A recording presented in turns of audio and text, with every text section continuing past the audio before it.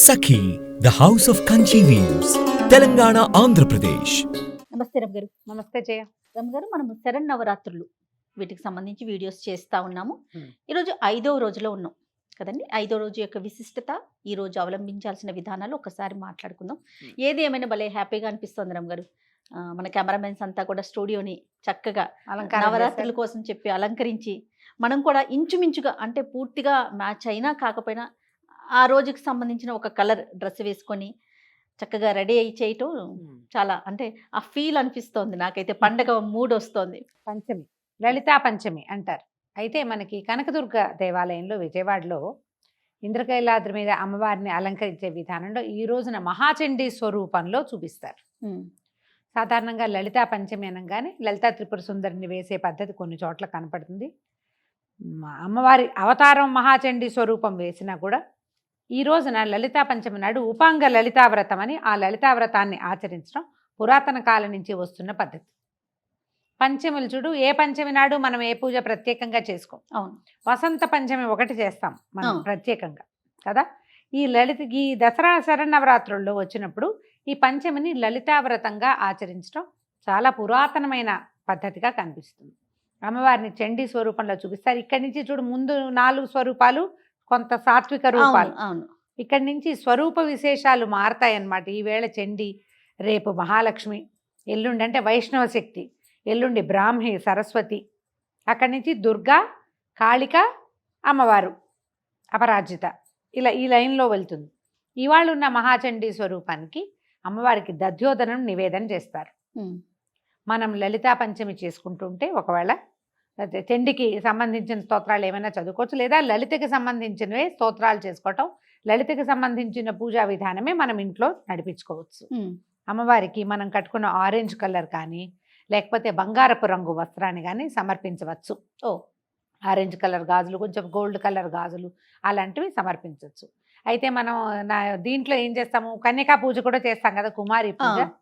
ఈ రోజున most powerful Kanyaka పూజ. ఈ రోజున చేసే అమ్మాయికి 6 సంవత్సరాల వయసు ఉండాలి. ఈ రోజున 6 ఏళ్ల పిల్లకి కనుక మనం కన్యకా పూజ కనుక చేయగలిగితే ఆ కన్యకని 6 సంవత్సరాలు ఉన్న వయసు కన్యకని కాళిక అంటారు, శత్రునాశని.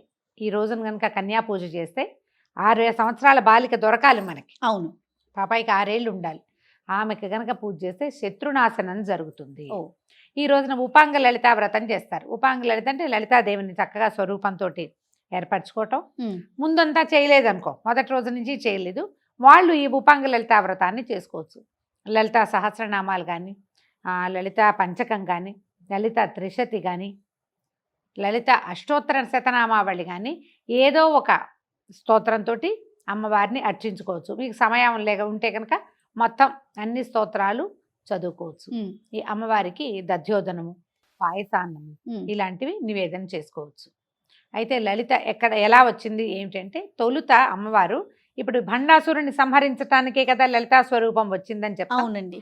అయితే ఎప్పుడైతే ఈ భండాసురుడు జీవించాడు అంటే అతను పుట్టాడో, తర్వాత అతను ఏం చేశాడు, చాలా శివభక్తుడుగా ఉన్నాడు, దేవతలందరినీ అణిచేశాడు, ఒక ప్రచండమైన రాక్షస శక్తిగా ఉద్భవించాడు అతను. వీళ్ళందరూ అమ్మవారి కోసమని ఒక యజ్ఞం చేయబోయారట. ఆ యజ్ఞాన్ని నాశనం చేయడానికి ఉద్యుక్తుడయ్యాడు ఈ భండు. అప్పుడు యజ్ఞకుండంలో నుంచి జన్మించింది లలితాదేవి. వచ్చింది, ఆ స్వరూపం కనపడింది అనమాట. వచ్చిన తర్వాత ఆమెతో పాటు అనేక పరివార శక్తులు, మనం రెగ్యులర్గా చెప్పుకునేటువంటి అమ్మవారి శక్తులు అని చెప్పుకుంటాం కదా, అందరు ఆ మాతలందరూ బ్రాహ్మి, వైష్ణవి, కౌమారి, వారాహి, మాహేంద్రి, చాముండి, వీళ్ళందరూ కూడా అమ్మవారితో పాటు వచ్చారు. ఆమె నుంచి ఒక్కొక్కళ్ళు బయటకు వచ్చి ఆయా సమయాలకి సరిపడా యుద్ధం చేశారు. మనం ఒక్క లలితని పూజిస్తే, ఆ ఒక్క స్వరూపాన్ని కనుక పూజ చేసుకుంటే మనకి అన్ని రకాల సమస్యల్ని తొలగించటానికి, ఏ స్వరూపంలో ఉన్న అమ్మని మనం ఆలోచిస్తామో ఆమె ఆ స్వరూపంలో వచ్చి మన సమస్యలు తీర్చేస్తుంది. ఇప్పుడు మన సమస్యలు తీర్చడానికైనా అమ్మ ఉంది, లోక కళ్యాణం కోసం కదా. అదే మనకు ఒక్కళ్ళెక్కని కాదు, లోకంలో రోగాలు పెరిగినాయి, రోగాలని తగ్గిస్తుంది. లోకంలో దుష్టులు పెరిగారు, వాళ్ళని సంహరిస్తుంది. ఒక్కొక్కసారి అంటే ఇవన్నీ జరగకముందే దేవత ఎందుకు ఆపలేదు అమ్మవారిని ఒక ప్రశ్న వస్తూ ఉంటుంది. మన కర్మానుభవాన్ని బట్టి, మన తర్వాత కాలాన్ని బట్టి యుగ ధర్మాన్ని అనుసరించి జరిగేవి జరుగుతూనే ఉంటాయి. ఏ ప్రతి కాలంలోనూ దుష్టులు ఉన్నారు కదా, అంతే. వాడు రాకముందే అమ్మ ఎందుకు చంపలేదు అని మనం అడగలేము అసలు. అది సరైన ఆలోచన కాదు. వీళ్ళు వచ్చిన తర్వాత వాళ్ళని అణచటానికి ఒక మార్గం దొరికింది అంటే అక్కడ అమ్మవారు ప్రత్యక్షమైనట్టే. ఒక తప్పు రివీల్ అయింది, ప్రపంచానికి తెలిసింది, అమ్మ బయటకు వచ్చింది, ఆవిడ ఇది తెలియజేయదలుచుకుంది. Yes. దాన్ని ఆపదలుచుకున్నప్పుడే రివీల్ అవుతాయి కొన్ని. దానివల్ల అనుభవించవలసిన వాళ్ళు, బాధపడవలసిన వాళ్ళు, వాళ్ళ కర్మానుభవం ప్రకారం వాళ్ళు బాధపడతారు. కొంతమంది దానివల్ల పాపం చాలా కష్టసాధ్యమైన వ్యవహారాల్లో కూడా వెళ్ళిపోతారు, అవును. ఏ తప్పు వల్ల అయినా కానీ. ఒక్కసారి అది ప్రపంచానికి ఇది తప్పు, ఇది జరిగింది, ఇది జరుగుతోంది, వీడెవడో ఇలా ప్రవర్తిస్తున్నాడు, లేదా వీళ్ళెవరో ఒక సమాజం ఇలా ప్రవర్తిస్తోంది, ఇక్కడ ఒక అన్యాయం జరుగుతోంది, ఇక్కడ ఒక తప్పు జరుగుతోంది అని రివీల్ అయ్యింది అంటే అమ్మ అక్కడ దాన్ని సరిచేయటానికి పూనుకుంది అని అర్థం. మనకి శరీరంలో రోగాలు లోపల లోపల లోపల లోపల లోపల ఉంటాయి. చాలా రోజులు ఉండి సడన్గా ఒక పొక్కు, ఒక కాయం రూపంలోనో, ఒక పొక్కు రూపంలో, జ్వరం రూపంలోనో బయటపడతాయి. బయటికి రావటం ఎప్పుడు మంచిది. జ్వరం వస్తుంది మనకి, అవునండి, జ్వరం కూడా దేవతా స్వరూపం. మనం ఏమనుకుంటాం, జ్వరం తగ్గించేసేయాలి, జ్వరాన్ని మూసేయాలనుకుంటాం. వెంటనే ఏదో ఒకటి వేసేసుకుని 2-3 గంటల పాటు జ్వరాన్ని ఆపేస్తాం. కానీ జ్వరం ఆపేయాల్సిన విషయం కాదది. జ్వరం బయటికి వస్తే లోపల రిపేర్ అవుతోందని అర్థం. నీకు రిపేర్ అవ్వడానికే రివీల్ అవుతుంది ఎప్పుడు కూడా. సమాజంలో జరిగేటువంటి ఏ తప్పునైనా సరిచేయగల శక్తి ఆద్యశక్తి అయినటువంటి లలితా పరమేశ్వరికే ఉంది. ఆమెని ఆ రకంగా ఆరాధిస్తే, మీకు వివాహం కావాల్సిన పిల్లలు ఉన్నారు, పిల్లలు చదువులు కావాలి, భర్తల ఉద్యోగాలు కావాలి, మీ ఉద్యోగాలకే కావాలి, రాజకీయ భవిష్యత్తు కావాలి, పదోన్నతి కావాలి, దీంతోపాటు సమాజం బాగుండాలి, ప్రపంచం నాశనం వైపుకు పరిగెత్తకుండా ఉండాలి, దేశోద్ధరణ జరగాలి, ఎక్కడా సనాతన ధర్మానికి ఏ అపచారాలు జరగకూడదు, మనం నమ్మిన ధర్మం సజావుగా ముందుకెళ్ళాలి, ధర్మభ్రష్టులుగా కాకూడదు ప్రజలు. అవును, ఇవన్నీ కోరికలతోటి మనం పూజించవచ్చు. కామ్యంగా పూజిస్తే లలిత ఎంత ప్రసన్నురాలుగా మన కోరిక తీరుస్తుందో, సమాజహితం కోసం ఆమెను ఉన్నదని భావించి పూజ చేసుకుంటే ఆ మొత్తం అన్నీ కూడా అన్ని పక్కల నుంచి సరయ్యే మార్గాలే బయటకు వస్తాయి. ఏదో ఒక తప్పు రివీల్ అయింది, వెంటనే దాని మీద ఏదో ఒక జరుగుతుంది, ప్రక్షాళన జరగడానికి మొదలవుతుంది కదా. అవునండి, ప్రభుత్వమో అధికారులు ఎవరో ఒకళ్ళు దాని మీద పనిచేస్తారు అంటే రిపేర్ అవుతున్నట్టేగా. అవును, ఆ అవకాశాన్ని అమ్మవారు మనకిస్తుంది. మీకు కోరికలు ఉండైనా పూజించవచ్చు, లేకపోయినా కూడా అమ్మని పూజించుకోవచ్చు. చిన్న లలితా పంచకం 5 శ్లోకాలు, అవి చదువుకోవచ్చు. ప్రాతస్మరామి లలితా వదనారవిందం, దీంతో మొదలవుతుంది. పొద్దున్నే లలితా దైవ వదనారవిందాన్ని గుర్తు చేసుకుంటాను. ఆమె ముఖం తెల్లవారు లేవగానే ఇంకా అక్కడి నుంచి ఈ మొత్తం రోజంతా నేనేం చేస్తాను అనేదే కనపడుతుంది. 5 శ్లోకాలు అవి ఉన్నాయి, మీరు అది చేయొచ్చు. త్రిశతి 300 నామాలు ఉంటాయి, అది చేసుకోవచ్చు. లలిత అష్టోత్తరం 108 నామాలు, కొంచెం బరువు చేయొచ్చు. లలితా సహస్రనామం అలవాటు ఉన్న వాళ్ళు అది కూడా చేసుకోవచ్చు. అయితే ఈ రోజున మనకి కనకదుర్గ దేవాలయంలో ఏం వేస్తారు, అమ్మవారి చండీ స్వరూపంలో వేస్తారు కదా, ఖడ్గమాల చదువుకోవటానికి కూడా మంచిది. ఈరోజు అవకాశం ఉంటే దాన్ని కూడా చదువుకుని అమ్మవారిని ప్రార్థించుకోండి. ఇంత పెద్దది చేయలేమండి అంటే ఒక్క నమస్కారం చేసుకోండి. రోజువారీ మనం పెట్టే పటిక బెల్లము, పానకం, తర్వాత ఏమో వడపప్పు, ఏవైనా పళ్ళు, పాలు నివేదన చేస్తామంటే అవి నివేదన చేయండి, పులగని నివేదన చేయండి. అమ్మవారికి శాంతిగా ఉంటుంది.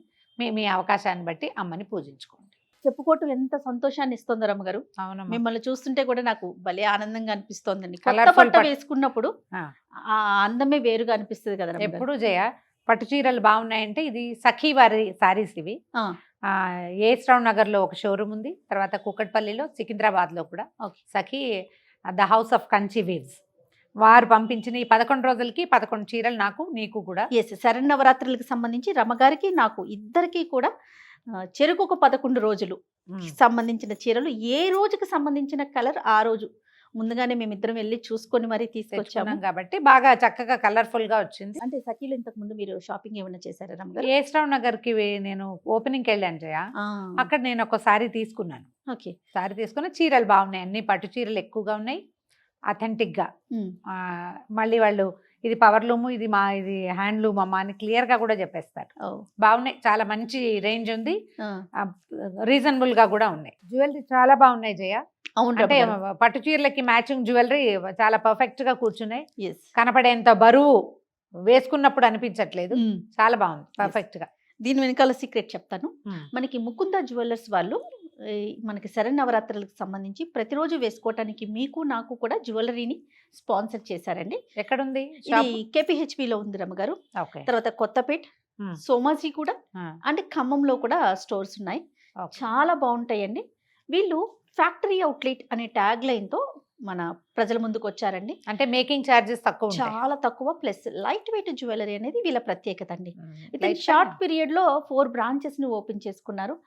చాలా చాలా బాగుంటాయండి. కలెక్షన్ అయితే అసలు ఎంత అద్భుతంగా వెయిట్ ఉంటుందో. తక్కువగానే అనిపిస్తుంది జయ. ఇప్పుడు ఇంత పెద్దదిగా కనపడుతుందా? అంత బరువు లేదు. ఇయర్ రింగ్స్ కూడా మామూలుగా నేను ఇంత పెద్దవి పెట్టుకోలేను కదా, అవునండి. కానీ బాగుంది. దీన్ని చక్కగా ప్యాకింగ్ కూడా బాగా చేశారు. అంటే Yes, బరువు జారిపోకుండా ఉండడానికి ఒక చిన్న ఫ్రెంచ్ పిన్ లాంటిది ఏదో ఒకటి అరేంజ్ చేశారు. చాలా బాగుంది. జ్యువెలరీ పండుగ వాతావరణం ఎలా కనిపిస్తుంది రమ్మగారు? మంచి చీరలు, దానికి తగినటువంటి నగలు వేసుకుంటే ఆటోమేటిక్ గా పండుగ వాతావరణం వచ్చేస్తుంది. ఈసారి మన పండగ ఇంకా కొంచెం వైభవోపేతంగా తయారైంది, పట్టు ఈ- చీరలు నగలతోటి. మన కెమెరామెన్స్ డెకరేట్ చేసిన స్టూడియోతో పాటు సఖి అండ్ ముకుందాకి మనం స్పెషల్ థ్యాంక్స్ థ్యాంక్స్ చెప్పాలి. చెప్పాలి. అవును. రైట్ రమ్ గారు, నమస్తే. నమస్తే జయ.